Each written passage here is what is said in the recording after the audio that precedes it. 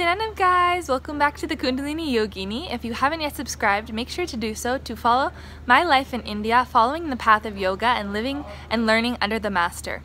Today I'm gonna get a little raw and personal with you guys. So you may have noticed I haven't posted videos for about 5 or 6 days, and normally I'm actually trying to post a video almost every day. The reason why is, one, I've been working on a really big project here, but two, and most importantly, because my guru and even my channel has been influxed, flooded with a lot of hate and abuse like I've never seen before. So I just wanted to address this straight up with you guys because I feel it's a really important topic to talk about, especially in the world of social media.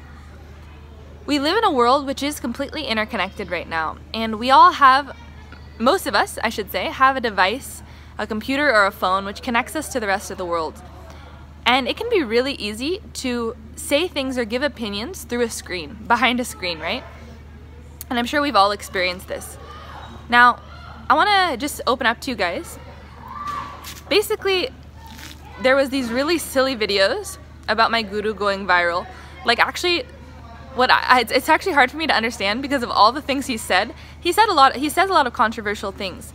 And when we look at great masters of their time, even great leaders in the field of science, literature, mathematics, politics, any different type of field, quite often when they're in the body, when they're teaching what they're teaching, they're ridiculed. This is sadly a cycle of human history. Humans react to difference in the same way. They react to progressiveness in the same way every time, which is usually first they laugh, then they abuse, and then only later they realize that person was right.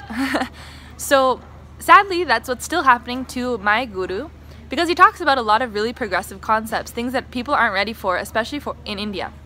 Now, he was talking about the scientific theory by Einstein of E equals mc squared, and he gave a very long discourse on this topic, but they took one little line from this and started making it a viral video. A bunch of Indian media sites started making this a viral video and making fun of it, without knowing the context or seeing the whole video, right? So usually this kind of stuff doesn't bother me, but it's blown up quite hugely online. So much so that in the last few days, when I decided to check my comments and catch up with everything, so much more than I've ever seen on my channel, I'm seeing just spammed from people just making a mockery out of Swamiji. And not even in it, like, not only just hate, but actually just mockery, just laughing, throwing names, just in so much ignorance, so much hatred, for absolutely no reason, just going out of their way to say stupid comments, like not interested in a conversation, not even interested in, you know, asking a question, nothing. So anyways, I was responding to these yesterday, and I started getting really disturbed more than I normally do, because I was just dealing with a large quantity of them, and I started to, of course, engage like I normally do. I'll actually try to speak to that person's listening and at least respond to them in a more mature way where I can at least open up a conversation or a dialogue. I try my best to do that. So I started to do that, but then I realized with a lot of them that there wasn't a space of listening or interest in that, right? So anyways, I started letting that their energy start to bring me down, and I just entered a really deep space of questioning again, of questioning my reality and my seeking. And one of those things like, why do people act the way they act? Why is there so much hatred? And why are people so quick to give opinions on things they don't even know about, people they haven't met, things they haven't experienced, you know? And I can understand having an opinion, but to put it online and to go out of your way to spam or abuse someone or what they believe in or their feelings and all this kind of stuff it's hard for me to understand. So I started kind of getting into a very contemplative mood. Not low, I would say, but, you know, kind of just in that deep space of contemplation and questioning. Anyways, I kind of reached out to my brother and my mom, who are my spiritual family, my true cosmic family. They always help me have powerful cognitions and come back to reality with what I'm dealing with. So my mom just reminded me and sent me a beautiful quote from the book Siddhartha, which is one of my favorite books, actually. I forgot to mention it in my video on spiritual books the other day. But it's actually a fiction book, but it's like about the life of Buddha. Beautifully written. And it just talks about the nature of duality, of good and bad, and how it is not right that there is wrong. It means good and bad don't exist. When we really live in tune with reality, everything is happening for a reason in auspiciousness, and only we label things the way we do, right? And this is something which actually I've personally experienced as the truth. But it's sometimes I get lost in Maya. I get caught up in the delusion of the whole, matrix also. So I realized I was really getting caught up in the matrix. And it just reminded me of something Swamiji always teaches, which is that in the face of adversity, in the face of hate or ignorance or mockery or whatever somebody's throwing at you or somebody you love, what makes you the different person is not about what they're saying, but how you react.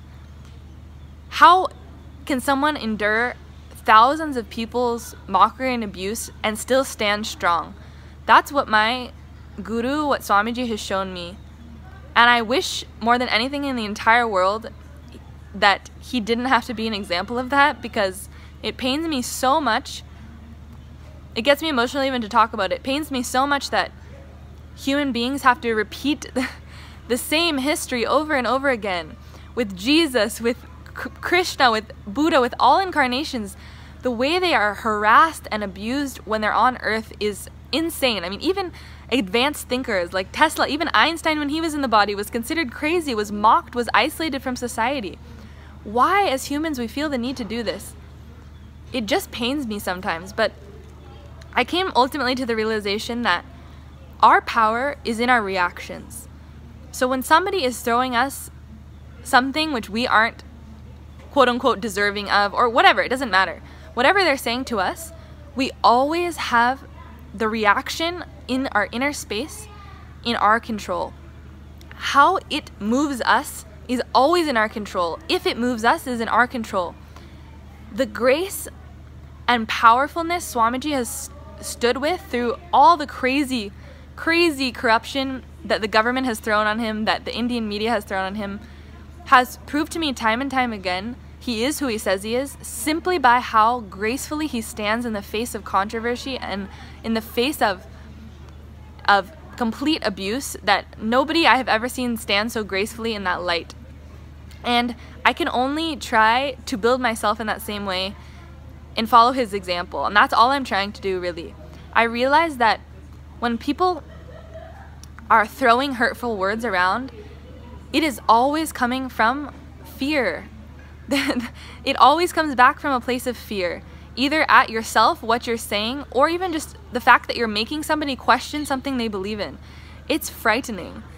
And actually, I have to ground myself and humble myself and remember that I was one of those people. When my brother started his spiritual journey, I was so shaken by the concepts he was sharing with me that I reacted in serious anger. I was frightened about what he was saying. I didn't want to admit that, of course, but that was what subconsciously was happening to me. That he was even making me question these big concepts. Why is life happening? What's the purpose of life? Who is God? Do we live after we die? All of these things, which I felt like I know the answer to. I'm never going to question. I started somewhere deep down that made some questioning happen in me, and that's when fear takes over a person's being. It takes over their ability to show love and hijacks their body and makes them react in anger or in sarcasm or in all of these kind of nasty ways. So I know that when somebody is abusing me or others or my guru or life or themselves, that it's almost always coming from a place of fear. So to be able to speak in that way to their listening, to try to just still have compassion in every moment for every being, wherever they are at, whether they're stuck in delusion, whether they're stuck in anger, whether they're stuck in love, whatever they're in, whatever space they're in, it doesn't make them any less valuable also. It doesn't make them any less deserving of love or compassion or listening also. Now that being said, I also want to share with you guys something I've learned. That being a spiritual being does not mean you're a doormat. It does not mean you stand by passively while people are getting abused or while you're getting abused. That is completely a wrong concept. So I hope that we can all, including myself, continue to come into the space of powerfulness. There are many aspects to ourselves and to the divine, one of which is ferociousness, as we see depicted by Ma Kali, Ma Durga, Shiva himself. It's a face of ferociousness which doesn't have tolerance for ignorance or abuse to other people when it's inflicting violence and creating more violence in the world. Which means that if somebody is not at all interested in having a conversation or a dialogue, I might react to them saying, this is absolutely not acceptable to be posting as a human being or on my channel. I'm not interested in this, and that's not the platform to do this. I'm gonna say that to them. I'm gonna be ferocious about it. If somebody is being just disgustingly abusive or perverted, I'm gonna be straight with them. I'm gonna make them question why they're saying what they're saying. I'm gonna make them look in. And sometimes that isn't cute or fluffy or quote unquote nice.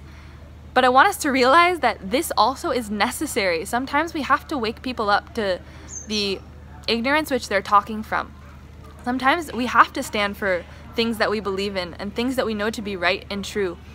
And we have to stand our ground in the face of adversity. So I hope also we can all have that experience of feeling powerful enough to stand for what we believe in and to stand for who we are also. As spiritual beings, we should be strong. We should be powerful. We shouldn't just be saying like, oh, they can say whatever they want, you know, blah, blah, blah. We're all from the same space of love. Yes, this is true at one level, but it's also our responsibility to wake people up, to make them realize they can't walk around abusing people like that. Because ultimately what it is, it's an abuse to themselves. From the space of oneness, when we're showing that type of a violence or an anger to others, that means we're doing that to ourselves also. So it's our responsibility to help people wake up to that inside themselves also. So anyways, this is just some of my revelations and clicks from the last few days dealing with this.